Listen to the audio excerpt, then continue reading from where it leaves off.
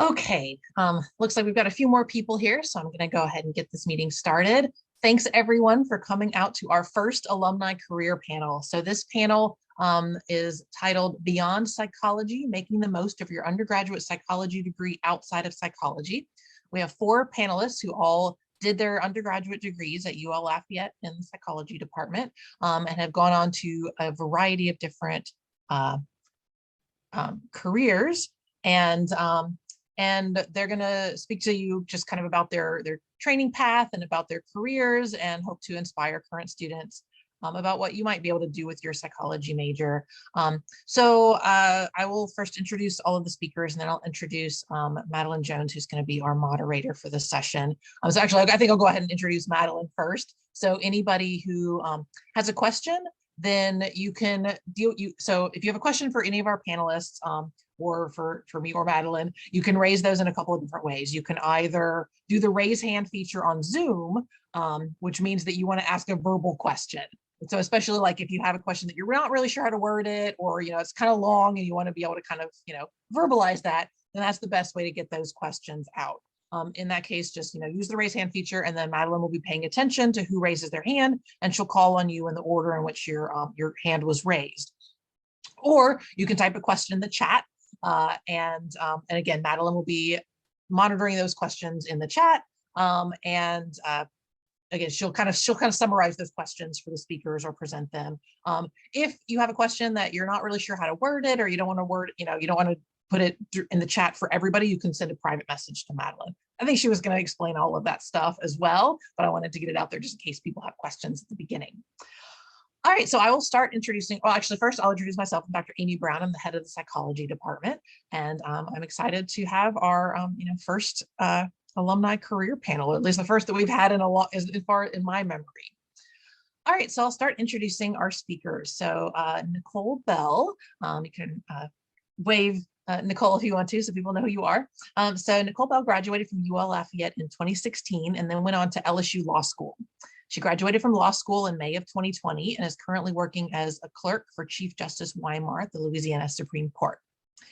Our next panelist is Dr. Janine Correll, who graduated from UL. Actually, it was the University of Southwestern Louisiana at the time in 1972, then went on to earn a PhD in anthropology from the University of Kentucky. She then spent many years teaching at the School of Public Health at the University of South Florida. And she returned to Lafayette in 2018 and is currently doing adjunct teaching in the Department of Sociology, Anthropology, and Child and Family Studies. Next, we have Elaine Hardy. Elaine is graduated from UL Lafayette in 2017 and then went on to earn a master's in social work from Loyola University in Chicago. Currently works as an acute inpatient behavioral hospital for adolescents in Chicago. And then finally, last but not least, is Kristen Pedestan, who graduated from UL Lafayette in 2016. She earned dual degrees in psychology and public relations. She then went on to Cornell University, where she earned a master's degree in industrial and labor relations. Kristen is currently working as in human resources at Bristol Myers Squibb in New Jersey. So thank you. I'll turn things over to them in just a few minutes and let each of those panelists just say a little bit more about their kind of career path. But before we turn that over, Madeline, do you have any words that you would like to address to everybody? Hi, everyone. I'm Madeline. Yeah, if you have any questions, please feel free to send them to me. You can send them directly to me in the chat. I'm a co-host on here. Or if you put it in the everyone chat, I will see it there too. So thank you very much. All right, so I will have all the speakers introduce themselves just in the alphabetical order that I did going down. So, so Nicole, would you like to introduce yourself for everybody? Hi, everyone. I'm Nicole Bell.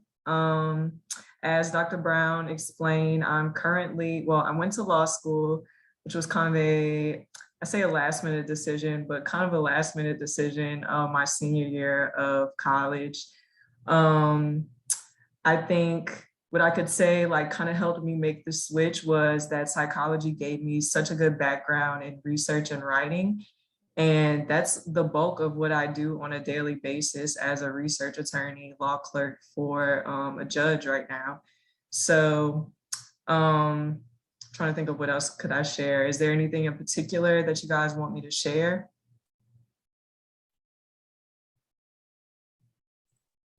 I think that's good. I think we'll hopefully some folks in the audience will have questions, a little bit more questions for you as we go through. So if anyone has questions for Nicole Bell, then keep those in mind and go ahead and direct them in the chat or raise your hand.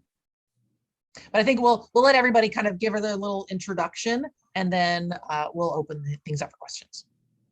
Thank you. All right, Dr. Correll.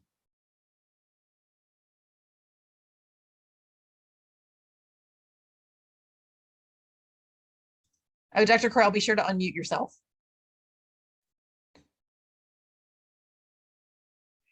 Yeah, I grew up in Ville Platte, Louisiana, and many members of my family went to USL, even my father when it was SLI. And I majored in psychology. At the time, I thought I might go into counseling psychology, and I minored in sociology. But then in my junior year, I took an anthropology, and I just fell in love with anthropology completely. But USL didn't really offer much there, so I decided to go into applied anthropology and applied to those programs around the country, and ended up going to University of Kentucky. And at the time, and becoming more and more popular, and I was drawn into medical anthropology. And that was my specialization. And so my first job was in a medical school at the University of Texas Medical Branch in Galveston in a Department of Community and Family Health. But I decided that my niche really didn't fit that well in a medical school, but I really was drawn to public health. And that's why I made the change to a school of public health at the University of South Florida. And I was hired not specifically as an anthropologist, but social science to public health students. And so that has been my specialty my whole career. And I did a lot of research in Haiti. That was my focus area. Also some in Africa and Latin America. And the things that I found most useful in my career from my undergraduate degree in psychology was the fact that it was a Bachelor of Science, and it was heavy on science and math and statistics and genetics, and all of that really prepared me for a very, rigorous scientific approach to research as a medical anthropologist. So I've really enjoyed my career, and I feel fortunate that I was able to earn a living doing interesting work and getting to do international health research. Thank you. Thank you so much. Fantastic. All right, now I'll let Elaine Hardy give his introduction. So before I start my introduction, I want to actually shout out Kristen. Hi, old boss. How are you? So Kristen actually used to be my boss at Target when we worked there together. She had actually just graduated, and I was still trying to find my way wherever I was going because didn't know what I was doing at that point. But nice to see you again. So kind of like my story, I didn't know what I wanted to do, and I kind of felt like I was kind of just doing random things. I did 3 years of business management before I switched to psychology last minute, and then graduated in that, and then didn't know what I wanted to do with it. All I know is that I was really interested in it, and I wanted to do something. I wanted to do something with people, which is kind of funny because I don't really like people that much, but apparently I do. So like most social workers, I just kind of fell into it. It wasn't what I was looking for, but it offered mobility and it offered opportunity that I could get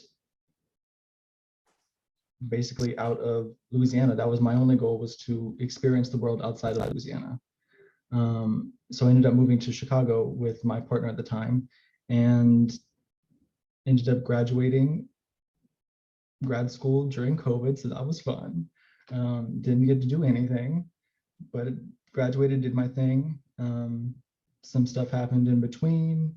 And now I'm working at an acute stabilization hospital, working with mostly youth in Medicaid that are, for lack of a better word, kind of insane before they become stabilized and they're able to actually work on themselves. And it's just really intense, but really rewarding. So that's my brief story. Great, thank you so much. And finally, Kristen. Yeah, thanks, Amy. So I guess a little different than the others. I actually knew I wanted to go into human resources in high school. I know, such an exciting discipline, right? But when I looked ahead, I realized that in order to do so, you really needed a master's. So I kind of had my 4 years of undergrad to figure out, what do I want to do? Kind of landed on psychology and public relations for two very obvious reasons. Human resources is all about people. If you don't understand people and their behavior, it's a lot harder to strategize for an organization. And then similarly, public relations is on the communication side of things. It's one thing to understand people, but if you can't talk to them, you kind of limit yourself again. So that's why I got those 2 bachelor's degrees at UL. Then that's actually where I met Lane. After graduation, I went to Target as an assistant manager, did that for a little bit before I went to grad school. I graduated in December. It was a weird time. So I needed to do something that would hopefully enrich my experience and make grad school a little more applicable. And that's why I went to Cornell. I went for the Industrial and Labor Relations Master's. So I did not choose psychology for that, nor did I choose an MBA. I found that I wanted to keep people as my main focus, not numbers, which is what you tend to see when you go in towards more of the business side of things. So that's where I went. My program was equally for human resources and unions. So that's the labor relations side of it, which was nice. It meant that we saw both sides of the house for representing employees in the workplace. Human resources is the bad guy of those two, if you wondered, but I can get into that a little bit more later. But that did lead me to Bristol Myers Squibb. They're a biopharmaceutical company out of New Jersey. They have what's pretty interesting, a split operating model for human resources. So normally when you think of HR, you think there's that one person you ever meet and you go to them for everything. They're the person responsible for headcount, payroll, benefits, time clocking, you name it, they're doing it. BMS did it a little different. That's why I was kind of interested. They split it out based on there's strategy with the business, there's operations to answer all those questions you think of, and then there's their center of expertise. Those are your specialists who are specifically looking at just certain pieces of information. Those people don't always come from an HR background. They usually come from a specialist background and fell into HR as a result. So that's where I am. I've actually rotated through all of those 3 pieces. I'm now on the 3rd piece. So I joined as a development program. They usually do a postgraduate kind of program for students from universities. I've done business partner, I've done COE. Now I'm going into operations, but I'll be doing that in our EMEA markets. So I'll sit in England for the next 9 months while I get to experience the difference between those markets and the Americas markets. And there is a difference, but I will stop there. That's just a little bit of a fun journey. It's a short one so far, but hopefully I can answer some of your questions. Great, thank you, everybody. Now this is the part where we'll open things up to questions from the audience, and hopefully some of y'all have some.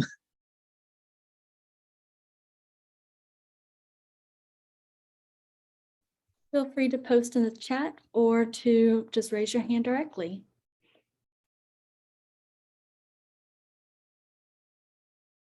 While we're waiting for a couple of questions from the audience, I actually had a question. What advice might you give to someone who's still trying to figure out what they're doing and aren't really sure, like they're in that process of not finding out yet what exactly they want to do, but they have that psychology degree, they know that they want to stick to psychology, but they're just not interested in therapy?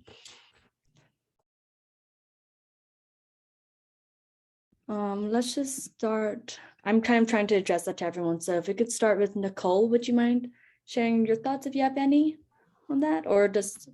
Oh, I'm sorry. Go ahead. I think for me, that was the crossroads I found myself at my senior year.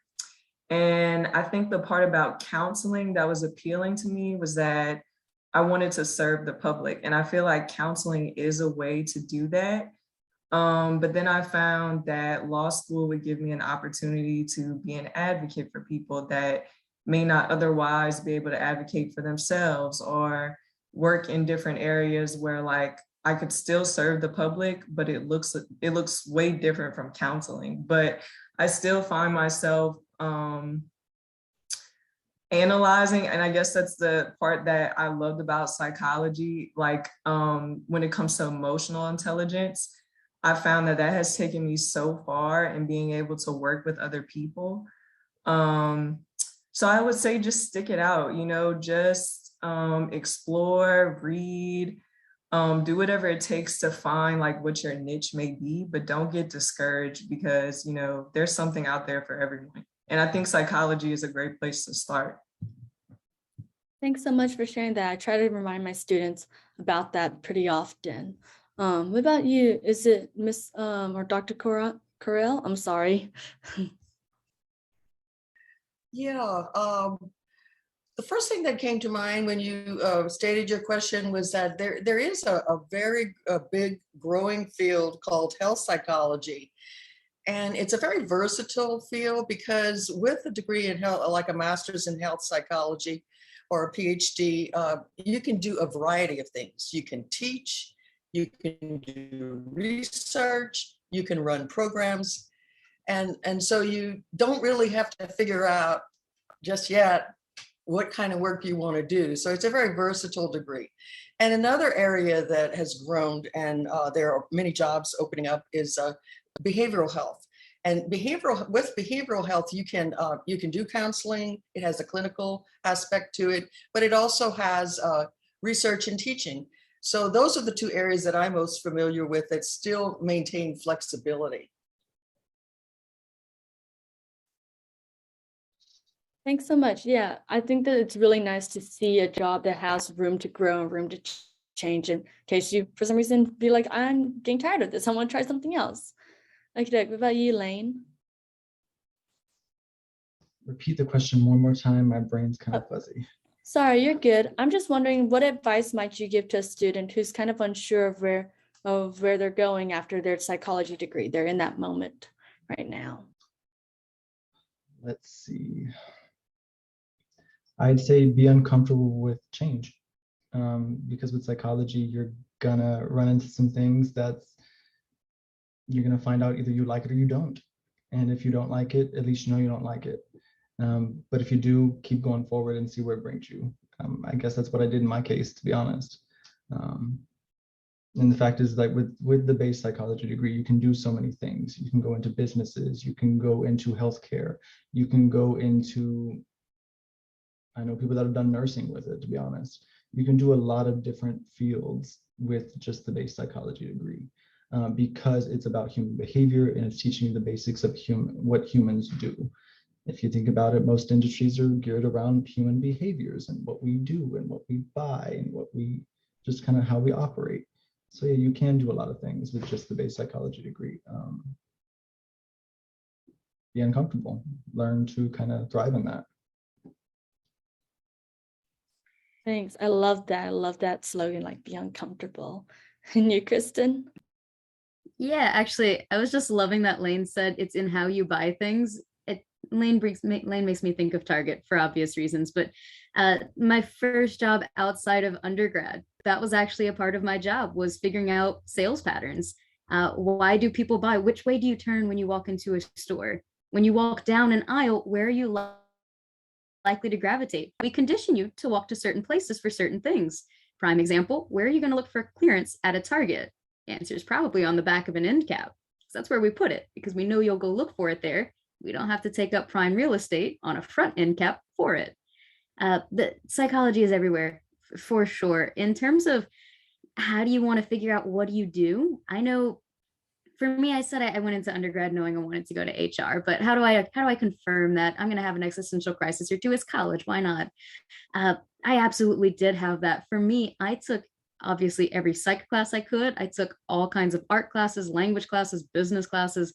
I picked up a few minors. I don't recommend it. It takes a lot of time, but I was able to reaffirm some of my passions. I see Dr. Charles here. Hello, lovely to see you again. Her class, IO Psych, was actually the one that helped reaffirm for me that I absolutely did want to go into human resources. That was helpful for me. Just taking lots of classes. If you're in college, there's a good chance that you don't mind education, that you don't mind learning things, I would imagine. Otherwise, you're probably not considering what do you do with this. You probably have left already. Use those classes, use them to the best of your ability. Leverage your professors too. I know I did. Dr. Wozencraft was huge for me. She connected me with a few other students who were alumni of the program and didn't go the counseling or clinical route. I thought that was really helpful. It reconfirmed for me as well that yes, I don't have to be a counselor with a psych degree. There are lots of things I can do. But yes, retail management is a basic one. Of course, teaching is common. Pretty much anything in the business world. A lot of technical skills you can learn on the job. Don't let that discourage you. You're willing to give it a try and learn something on the job.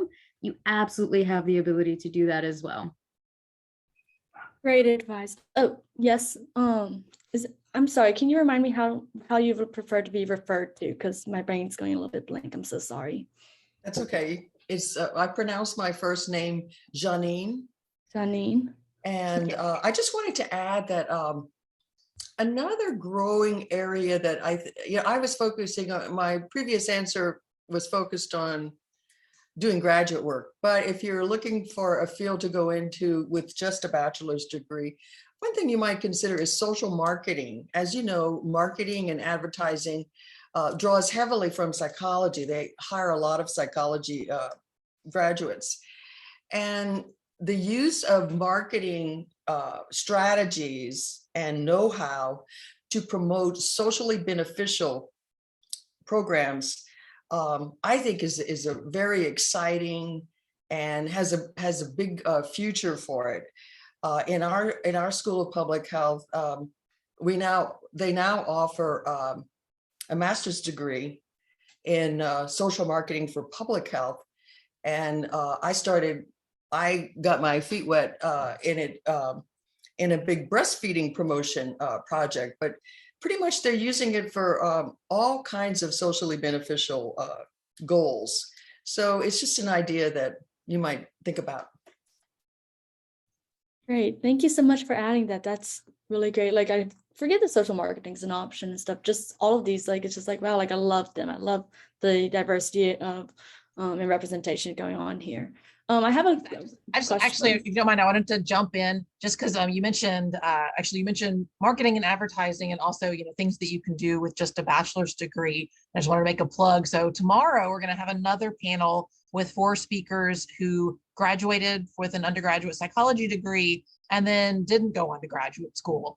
They managed to find careers without needing a graduate education. One of them has actually gone into advertising. So if anyone is interested in learning more about those options, then come back, different Zoom link, but generally same place, same time tomorrow.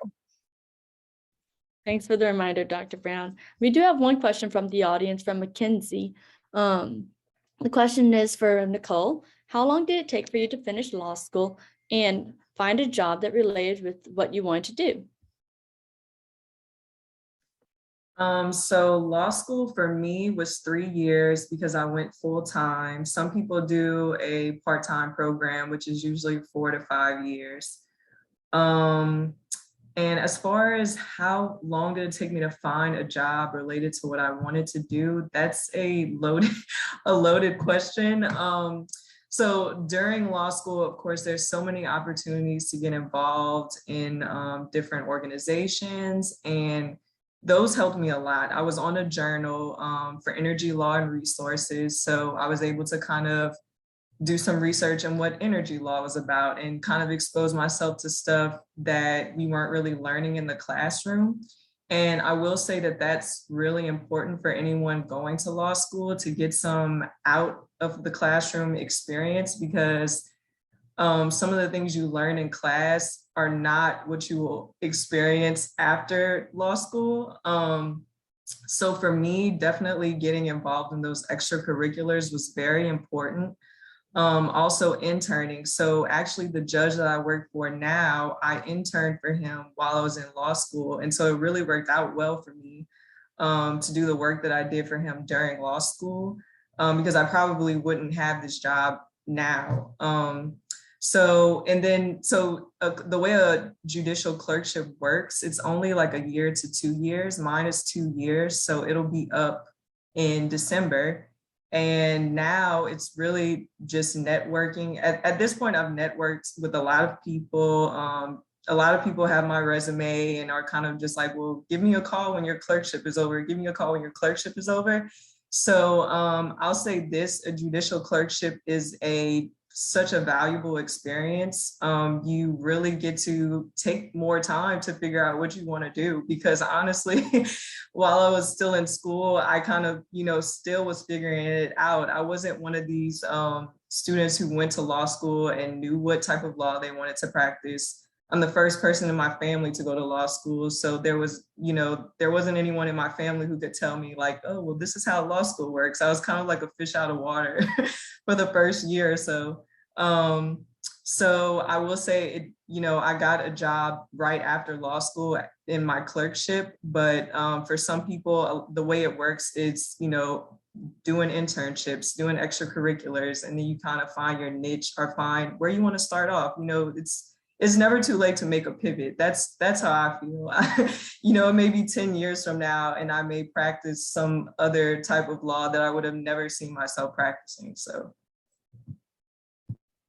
Love that. And I just want to emphasize your point about like, it's never too late to make a pivot. I think that's something that we need to remind ourselves, because it's like, it's important to give ourselves that freedom. We have another question from Ty. The question is, when doing novel research, how do you find something that nobody else has done?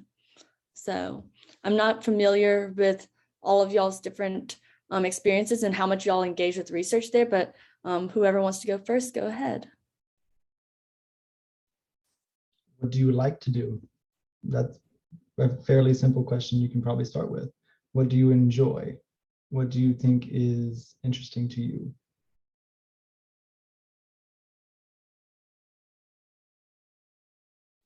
A great start off. Lots of great questions in research can start off by just simple questions. Did anyone else want to add more to that? No, actually, I would just love to clarify the question. Forgive me if it's silly, but what is novel research in this scenario? Is novel referring to the book, or is it referring to unique? I believe it's referring to unique, but Got it. I'm pretty sure that's what they're referring it to. Kai, feel free to clarify in the chat here, or unique, like not replicating a study. Got it. And just one more clarification. You mean, how do you find something no one else has done specifically with your unique research? Or are you speaking of finding a career post grad school?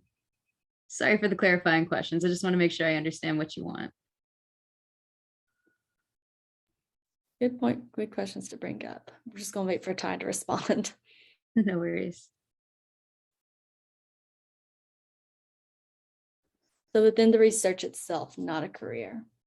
Awesome. Thank you. That is what I assumed, but I didn't want to make that assumption. That is something I've learned. If you make assumptions, there's a good chance that someone else may not have made the same assumptions, and now you're not going to be on the same page when you give your research findings. Really funny. Actually, I would say that I don't look to find something that no one else has done. Now, this is speaking from a business sense. There's a good chance that you do not have the funding, time, or ability to do the sort of research that you expect to come from academia. You simply don't.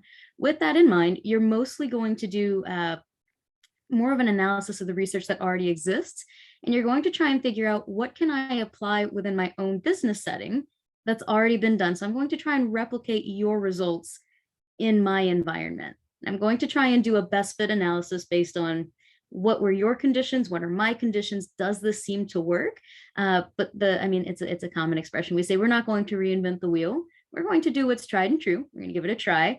In our own environment, what we're going to do is more than likely give it a little bit, survey our results, see if we need to tweak a few things, survey the next set of results, and then determine did this work or did it not. But again, that's in a business sense. Novel is not necessarily what we look for. We look for risk-averse sort of research. So I hope that answers your question, but I'm not sure if that varies based on law or social work or anthropology, perhaps you have different approaches. Well, I'll say a little. I think that you have to identify a field, an area of research that interests you first. And obviously, you would do a literature review and find out where the status of the field is. But I think if you want to really have a career in research, you need to start out working with someone, an established researcher, and find a mentor who can shepherd you along and provide the guidance to get you where you can be an independent researcher. So I think you need to start with a general area that interests you, do the literature review, and then narrow down, and you'll get it from the literature. I mean, that's how you get published, is you have to be presenting something new.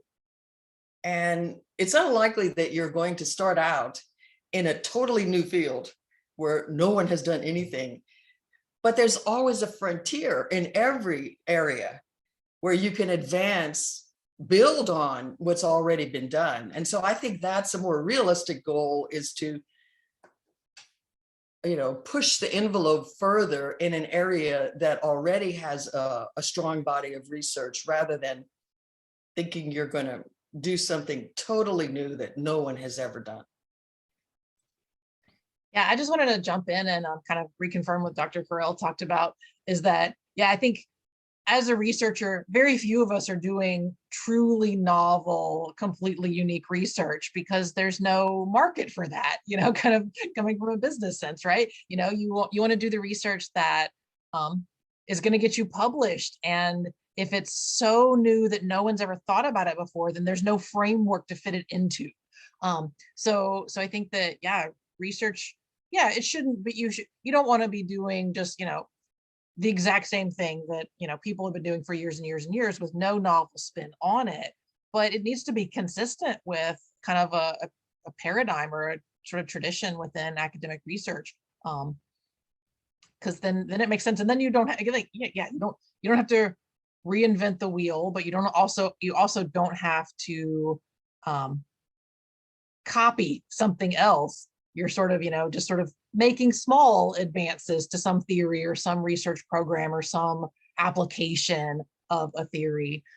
So it's a good question, but I think that, yeah, I wouldn't worry so much about trying to come up with something brand new, more like kind of find that niche that you want to fit into and look for the things that sort of make sense within that field. Kind of piggybacking, or Nicole, or Elaine, did y'all want to add more? I want to add this little piggyback question though, from Mackenzie.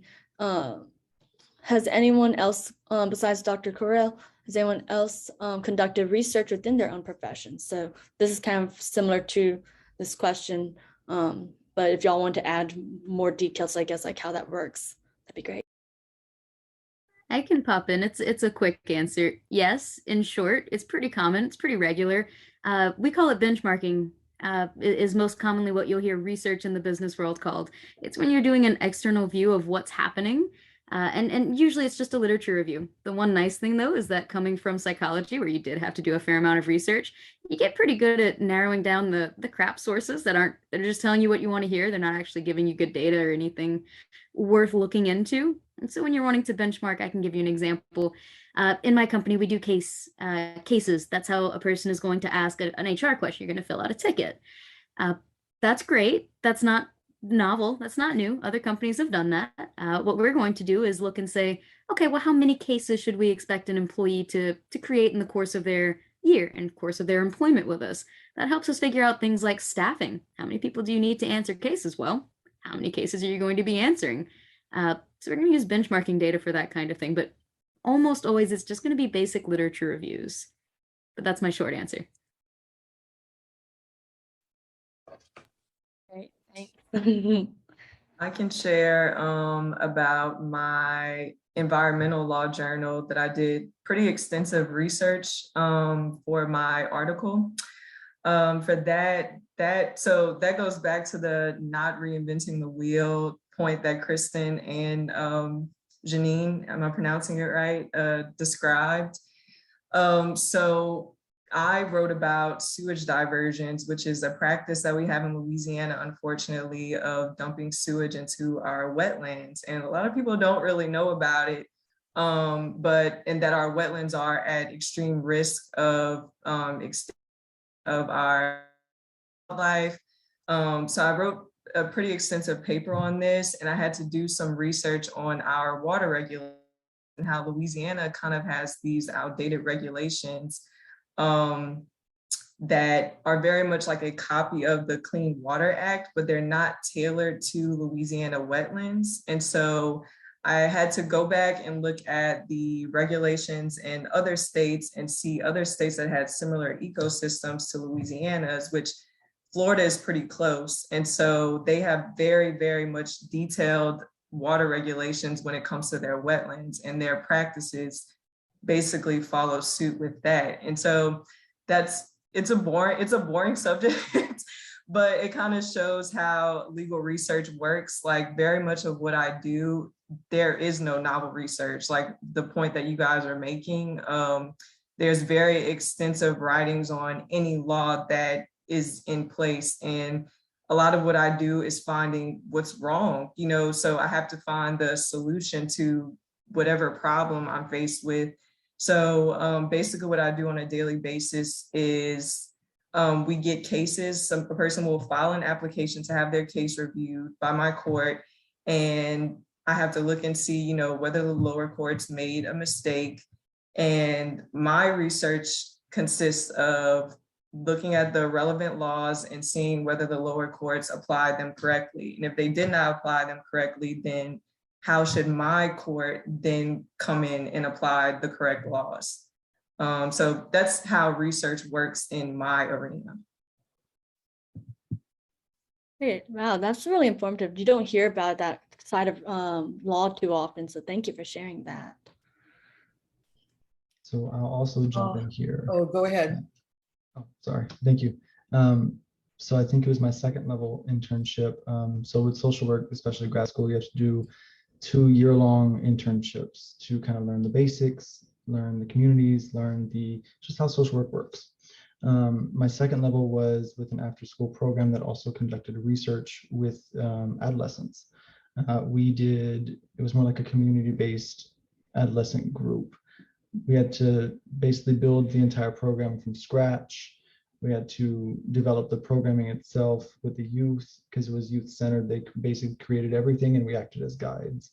But the research piece of that was based on, I think the leading professor of that organization wanted to find some information on how COVID was actually affecting their schooling and affecting their education.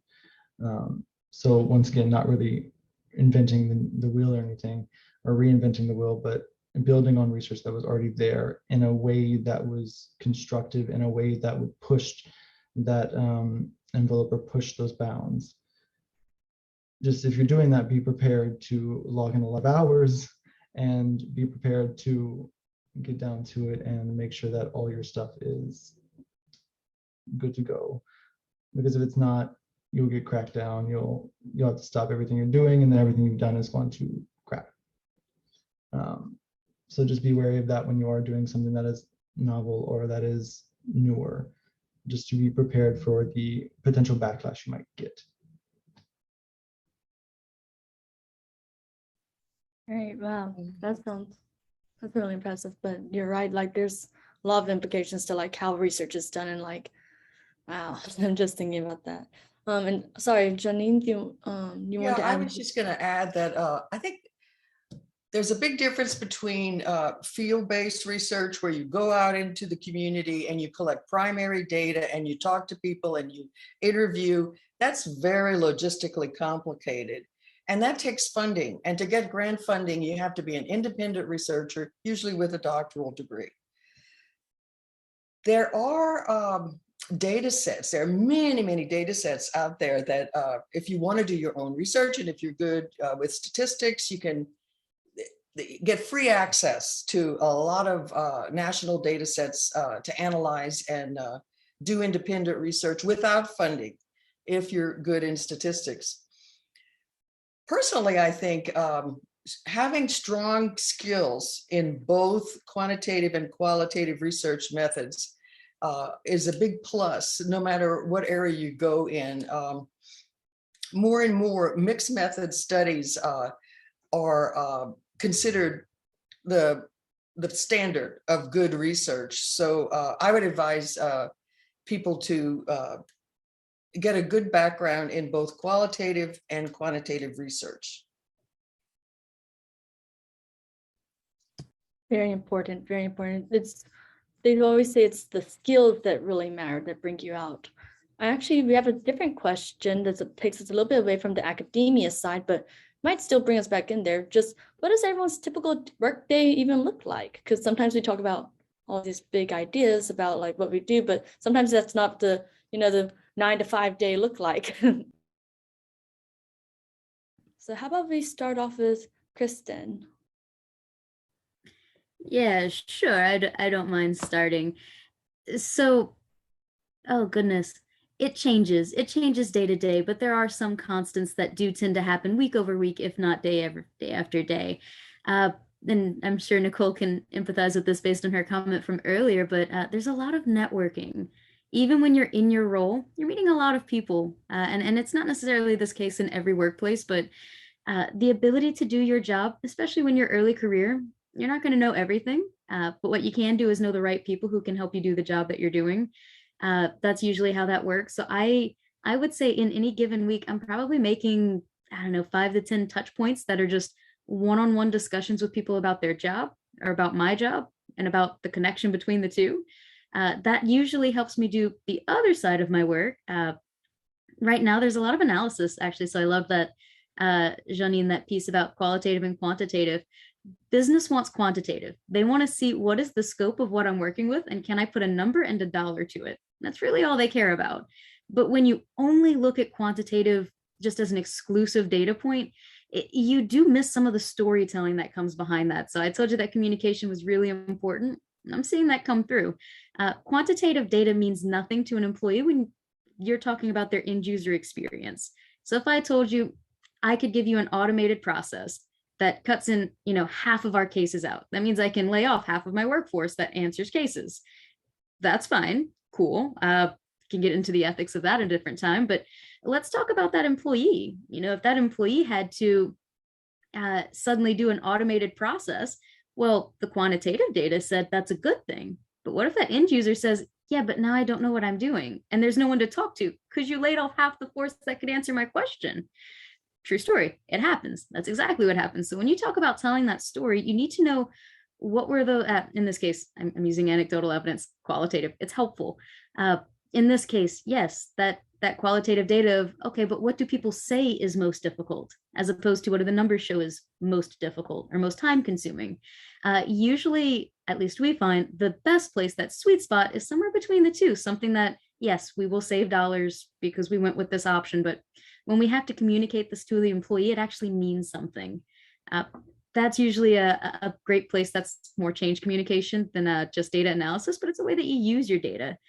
We have a lot of data. I can tell you that when I started needing to do my day-to-day, I'm getting off track. It's a tangent. I'll wrap up. But when you're looking at data in isolation is useless. So a lot of my job, I told you, I'm meeting with people and I'm looking at data to do my actual job, which is come up with strategic recommendations to better our HR function so that the end user has a better HR experience. It's a very nebulous goal. That's why there's a lot of gray area behind what does my workday look like? And that's why it always changes. I'll stop there. Sorry for hogging the time. Please, anyone else hop in.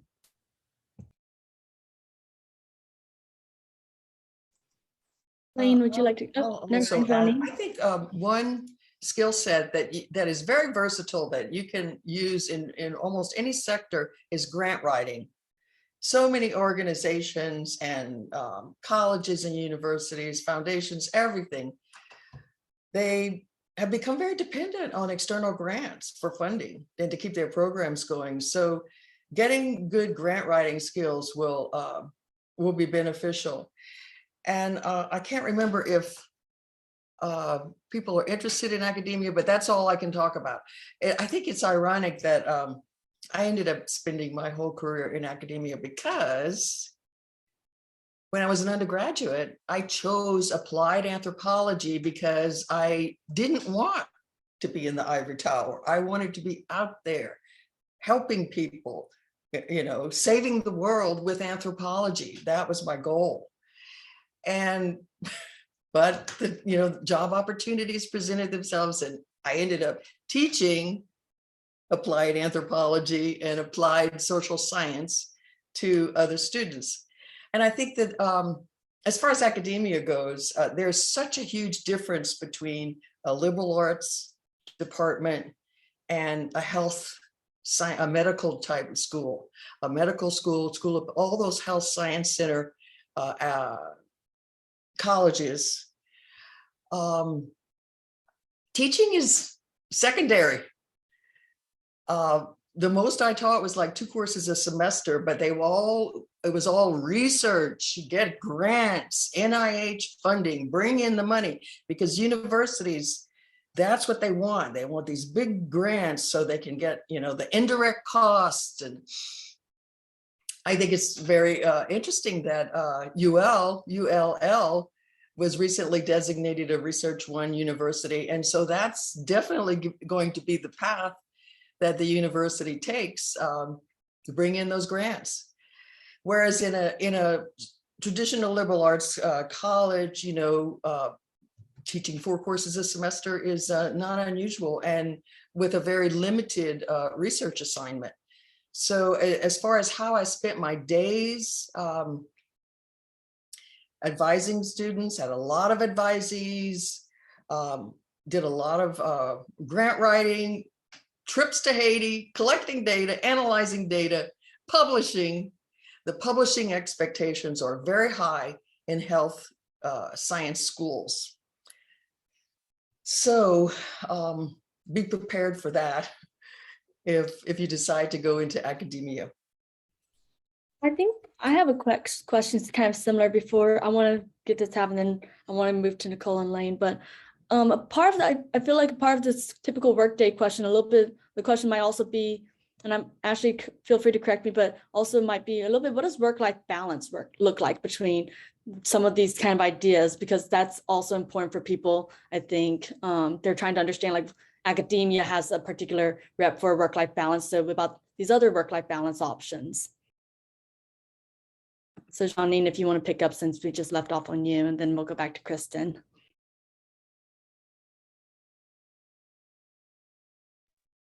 I'm so grateful that I did end up in academia because of the work-life balance. It's much easier to have a flexible schedule where you can leave early if you have children, and then you can work later at night after they're in bed. And I ended up being a single mother for many, many years, and it was a challenge, especially doing a lot of research in Haiti, the field work. I had to be gone for weeks at a time, and I actually had to hire babysitters to sleep with my children while I was gone. It was a real challenge for me to balance all that. It was very stressful. I'll say that. I think, if I hadn't been single, that might have been, if I had had a partner to raise the kids, I think that might have helped balance things out. But I would say schedule flexibility is very important in being able to balance at least raising a family with a full-time job. Thanks for sharing that. Dr. Wozencraft shared, I used my flexibility in different ways as my family went through different family stages. What about you, Kristen? What does your work-life balance kind of look like? I hate saying this, but it depends. It always depends, doesn't it? It depends on who I'm supporting. If I'm supporting just the Americas, time zones make sense. We're just in a 3-hour time block. I'm only supporting those people, so that works out. But I have supported global teams before. If I'm supporting the EMEA markets, they're 5 hours ahead. That means that their workday's ending at noon my time, or 11 because we're Central, not Eastern. But if I'm supporting any APAC colleagues, which is Asia Pacific, then I'm going to be a 12 to 16-hour time difference. So it's going to be my evenings. So if you are in a global role, global purely meaning you're supporting people all over the world, and that can be very common when you start getting into these larger multinational or international firms. You could find that work-life balance gets a little harder in the sense of you're not going to work a traditional 9 to 5, but who does anymore? If you are a salaried worker, the idea is like, well, you're not on the clock, work when you need. I will say, since we talked about research earlier, employee well-being has become a really hot topic, as has mental health in the workplace. So even 5 years ago, that was less likely to be discussed as readily. And in fact, in some parts of the world, it is still culturally inappropriate to bring that up in the workplace, to talk about the idea that you have mental health and that we should care about it. So market aside, which you can have that variability, because of the research that's finally being accepted in the workplace, because there is enough research, I told you they like numbers. If I can tell you that presenteeism is more dangerous than an employee taking unlimited sick days, then you're going to listen to me because you care about productivity, not the employee's health. So it's a rather bleak approach to it. But as for what does that flexibility look like? What is that work-life balance? It means that I might have to get up at 5 or 6 a.m. for a few hours of calls, but then I can probably take 9 to 12 for myself. I'm probably going to come back on for the afternoon, then I get my evening, and then I might have to come back on at 9 or 10. So hours really don't change. You're probably working your standard 35-hour work week. I say standard 35 because that is more common these days. But it might not be in that one chunked time block. I will say, though, I have been cautioned when I go to the UK site that their work-life balance understanding is very different from ours here in the US. So if you're intending to work in the US, what I've described probably fits you. If you're going to work outside of the US, it's not. They are hard stop at 5, but you get to work on time. But you take your hour lunch, but you leave at 5 o'clock. And that's it. And you don't sign on again until the end of the day and the next day starts. It's a very different a very different work style. So depending on where in the world you're wanting to work, you're probably going to have to assess what's that cultural workplace look like. But largely, there's a lot of flexibility. I have colleagues in the US that have kid drop off at 9 and they have kid pick up at 3. So they're here from 9:30 to 2:30. And they'll sign on at home when they leave or when they come back, but they're only in the workplace for those, 4 or 5 hours? Because that's what makes sense for their schedule. So the workplace is looking largely different than it used to even 5 or 10 years ago. But I'll turn it over to Lane and Nicole. Yeah, wow. Thanks for sharing. Lane, would you like to go first? Yeah, I can go. I'm relatively new in my field, so work-life balance is not there. I'll gladly admit that, still working on that piece. And it's because of my role in what I do that makes it really hard to just stop my work, because I'm caring for children that are not stable. So my typical day will start around 8. I'll walk in, I'll get my cases that day. My caseload ranges from 10 to 15 at times, but you also have to keep in perspective that it's acute patients. It's not, I'm just depressed, I'm just sad. It's, I want to die and this is how. I want to X, Y, and Z and this is how. Or they're just very unstable. So it's a lot of calls, it's a lot of reunification with families, because a lot of parents are dropping them off thinking they can keep them at the hospital forever. And I'm like, that's not happening. You hear from 7 to 14 days max. It's for my first actual role in social work in my field, this is really intense and very, very much a path to grow. And actually understand what is going on in my field. So it is very challenging. I also meet with providers and doctors to discuss what we're doing next, what the patients need treatment with, what medications we're doing, if they need another family session, if they need another individual, what aftercare they need. It's a lot of things and it's a lot of moving parts all at once. And it's ever changing because you might discharge a person on one day and then you get 5 the next. It just really depends on what the day looks like and how many people are coming in and out of that hospital. So it's ever changing. And I'm still learning that balance and getting better every day. Cause I'm like, this is my mental health and this is as much as I can tolerate. So still working on it, work in progress. Thanks for sharing. Wow. Yeah. That's a really interesting schedule. Just thinking about like the kind of hours and like how are you preventing burnout from that? That sounds intense. What about you, Nicole? I will say it's a work in progress for me also.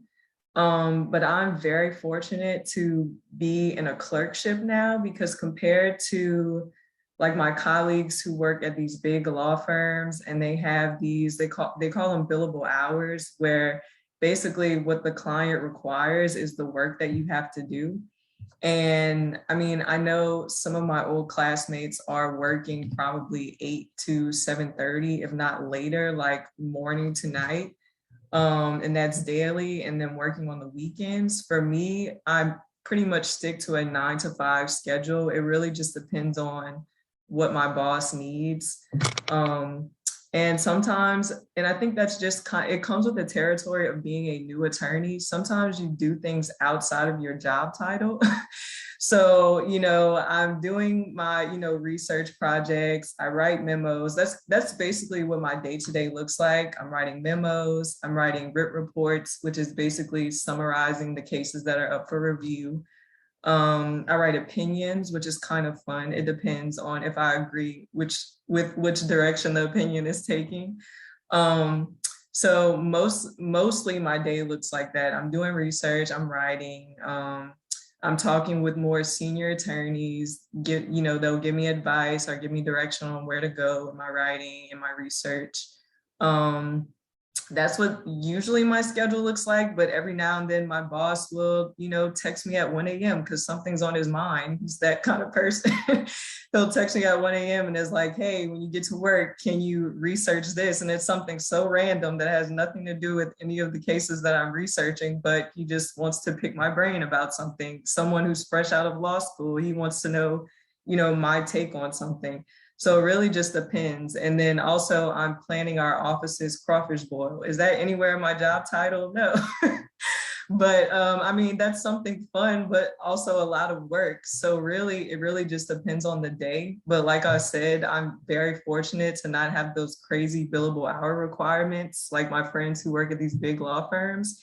And I'll say that I won't call myself spoiled, but now that I've had this experience, I don't think I could ever work at one of those big firms. So, yeah. Thank you all so much for your responses. I'm actually going to jump in and kind of go and answer or ask the next question.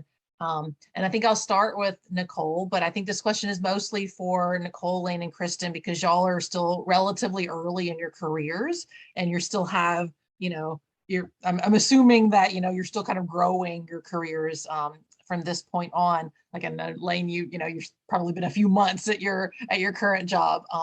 So I'm asking, I would like to know kind of what are the next steps for y'all? Like, where do you see your career going within the next 5 years or so? And so Nicole, I'll start with you because you were just kind of talking about kind of like the different workplace environments. And I know you had mentioned that you're kind of in your second year of a 2-year clerkship. So where do you think you're going to go next? So for me, I'm super interested in regulatory compliance. So eventually, which it'll probably take time because these jobs, they want you to have experience.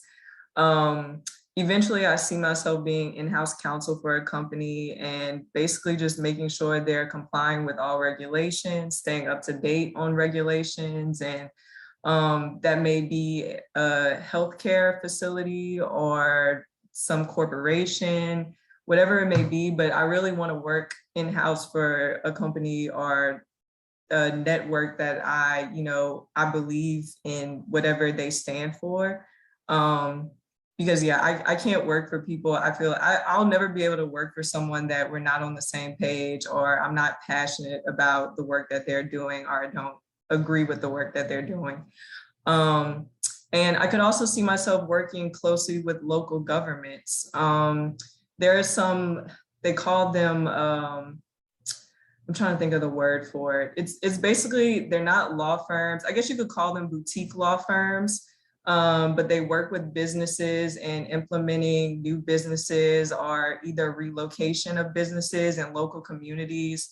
And they work very closely with like housing associations and making sure that they're not infringing on any areas that, you know, would lead to gentrification and things like that, but also bringing business into different cities for the growth of different cities, but also maintaining those communities. I would, you know, also be open to working somewhere like that.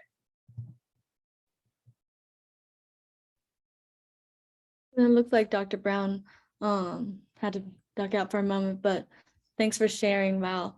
I like this, the movement of like focusing on things. I don't know, like you have to really know yourself to know like what you are willing to work with or not. Oh, hi, Dr. Brown, you're back. I didn't know if you had someone else. Sorry, my internet connection froze for a minute, so I missed the end of Nicole's statement, but I think I got most of it. So I appreciate you answering my question. And I just wanted to maybe I don't actually I missed where Madeline started picking up, but I think were you going to have somebody else kind of answer that question next? Yeah, I was just gonna move on next to Lane if that's okay. Perfect. Sorry, I lost my mouse for a little bit. The question is what we want to do next or how we want to grow our careers in the next 5 years, right? Okay. Yes.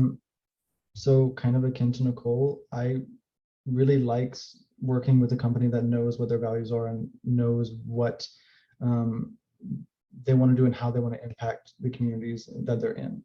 I kind of currently don't work for that. I work for a more corporate hospital, and I came from a food pantry and social service sector that was very much local, was very much run by donations. It was not dependent on federal grants or any of that. So they had the freedom to do what they wanted. But I would actually like to get back to something similar to that, so they can, because I like the freedom and mobility that you can do with, let's say, counseling, let's say social services of any kind, community organizing, stuff like that. I'm still grateful for this opportunity though, because it teaches me a lot about the more intense side of my field, which is the more medical social work. So I'd say I really want to end up doing, I get stuck when I think about this question because I really want to help adolescents with career building and kind of supporting them and lifting them up, because that's what I kind of love to do. But I also really love sex education. I want to actually be an instructor and do different kinds of exploratory, not exploratory, that's a bad word. Someone help me, my language is not working. Innovative. Thank you, that's the word. Talks and discussions. Because that's actually where I came from with my after school programming. We talked a lot about communities. We talked a lot about sex. We talked a lot about just preferences of people. We did a lot of that just open discussion type formats. Whereas my role is very strict right now. And it's very like, this is what you do, this is when you do it, and this is how you do it. And you do it very quickly. So I'd like to actually get to a slower pace. So that's my answer. Great. Thanks, Lane. Kristen, you want to chime in on where your career is going? Yeah, sure. Still figuring it out. So you don't have to know when you graduate. I still don't know. 100%. I more have feelings of the things that I enjoy and what I'd rather pursue versus the things I would rather not pursue. But with that in mind, I do enjoy, it sounds so cliched, I do enjoy helping people. How can I do that in the business world? I'll share this with you all. On my very first day of grad school, it's an HR program. It's the HR class of an HR program. And they said, if you are here to help people, you chose the wrong profession. You should have been a social worker. Ouch, right? They said, well, you're not really helping people. You are here for the business. Not what I wanted to hear. So I've decided, well, I'm on this path and I'm sticking with it for now, at least. So how can I still help people? Even in a business environment where they said money talks, and that's pretty much it. Turns out it's not the only answer. That was a very biased viewpoint from one very I would probably say cynical, jaded person. So when you ask, what do I want to do with my career? I really want to see, I sit in a multinational firm, that's fine. But what we find is that even though the business world has largely westernized itself in those companies, and we do see that, especially with the skills that people are expected to have, the ways in which they're expected to work, even the time zones they're expected to keep. And I'm thinking specifically with like our Asian colleagues, they are expected to keep more US hours, which means very early mornings and very late evenings. It's horrible work-life balance, as you can imagine. I want to figure out from this HR standpoint, and I'm starting that now by going sit in England. That's my first step, sitting in an EMEA market. And then I need to build a language capability so I can actually go sit in an APAC market. I am attempting to understand what are these US biases that we have in our company. It's very common, when I sat in a global role, global benefits, and I told you mental health, it's a big thing, right? But not in every market. How are you going to be culturally sensitive to mental health in this market when you're driving from a US base? Chances are you probably aren't being very sensitive. Maybe you're just bulldozering through. It's a very common thing. I'm wanting to help build the world of HR, at least within the small corner of the world that I happen to sit in at this one company I happen to work for. How can I help bridge that gap? Everyone works, more than likely, unless you are in that top 1 or 2% where you don't have to. You probably work, and you probably do it because you have to. Not because, so if I could do something in the work world to make it a little more palatable, a little more manageable, maybe a little more enjoyable for the next, 2/3 of your life that you're going to spend working, that's kind of what I'm aiming to do. And I'd like to do that without a US bias. So my next couple of years, I'm probably going to try and be very uncomfortable. Lane, thank you for that advice. I will be uncomfortable. When you sit outside of your culture, outside of your language, it's very uncomfortable. That's the point, because they're uncomfortable when we push our language and our culture in the business place without consideration for theirs. So I want to consider theirs too. That's very general speaking. I can't sit in every market that we are, but at the very least, if I can challenge my bias, maybe I need to ask the right question, when to push, when to pull back. It's very general speaking. I told you, I don't have a clear way I want to do this just yet, other than just keep trying bit by bit. But I will say psychology has been huge for that. People are at the core of it all. When you're dealing in pretty much any profession, unless you are exclusively a data tech expert working with bots all day long, there's a good chance you interact with people at some point. Empathy is probably one of the biggest and most important skills that I've had to learn in HR. And just even as a part of business, if you don't have empathy, you're really going to struggle to understand your stakeholders, your clients, your managers. It's huge. And everything that I learned in UL Psych program was pretty helpful for getting me to that place of understanding. Sorry, I love the soapbox. Please take me off of it. Awesome. Thank you all so much. So we've been here so it's now 7:10, and I wanted to give the audience maybe, one more question if anyone has one. And so I'll, look to see if anyone wants to raise a hand or post something in the chat.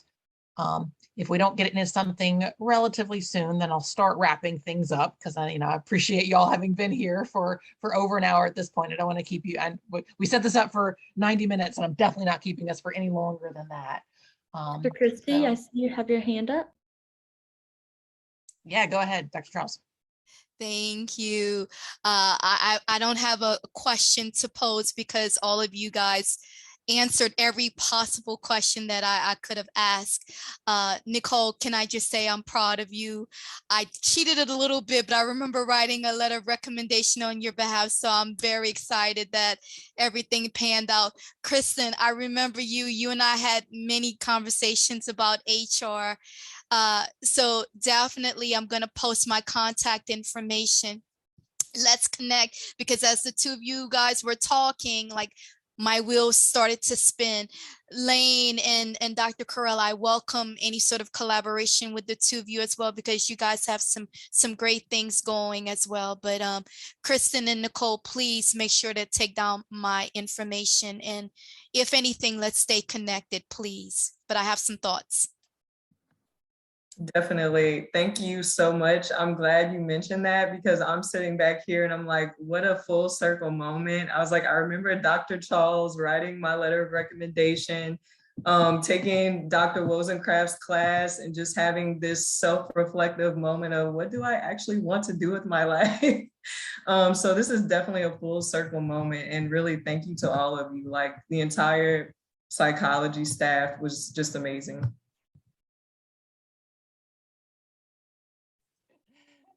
Thanks, Nicole. So yes, I guess I'll see if the rest of y'all of our speakers, do y'all have any closing comments or things that you were hoping to bring up that you haven't got the chance to? Yeah, Dr. Correll. I have a closing comment. Nicole used the phrase coming full circle, and I feel that very strongly. After I graduated in '72, I moved away for 45 years, and I never lived in Louisiana again, for 45 years. And just as an interesting aside, in 1972, everybody I knew on campus had no trouble pronouncing my name the French way, Janine. And everywhere else I'd lived, I had to go by Janine, and I had to spell my name and say it over and over again. And I was looking forward to coming back to Louisiana and having that again, that people say my name the French way, but it's not anymore. Dr. Correll. I'm back. I'm still Janine here. Wait, if I may chime in, you see, I would have said Janine as well. In my area, Jean is Jean. So if that was a Jean and then a "ine," then I'm like, oh, Jeanine, because we have Jean Baptiste. We have those. That's just an aside. But the closing thing I wanted to say is, it's also very special for me because this is what they're calling my class's golden anniversary. This is our 50th anniversary, and I'm a member of the Alumni Association, and I got this card in the mail saying, save the dates for the big golden anniversary celebration. And I'm going to be here for it. And I haven't been here, for anything else. And then doing this panel really touched me, and getting an appointment in the social department. So I'm feeling very heartwarmed by the whole thing. Thank you for inviting me.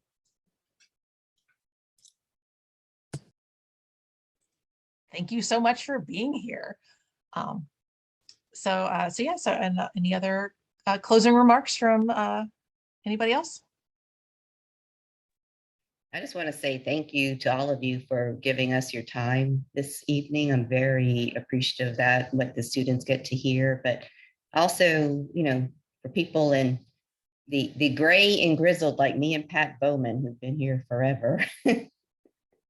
We just love seeing how the department has grown, what people have done. So I'm thrilled for the students, but in a perhaps selfish way, it feels so gratifying to see all of you and hear what you're doing. Speak for yourself, old timer Rosencraft. Get the Geritol and be quiet. Thank you.